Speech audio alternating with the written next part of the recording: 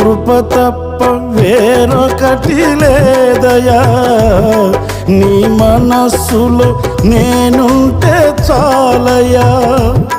బహుకాలముగా నేనున్న స్థితిలో నీ కృప నాయడ చాలునంటివే. నీ అరచేతిలో నన్ను చెక్కుకుంటివి, నాకేమి కోదువా.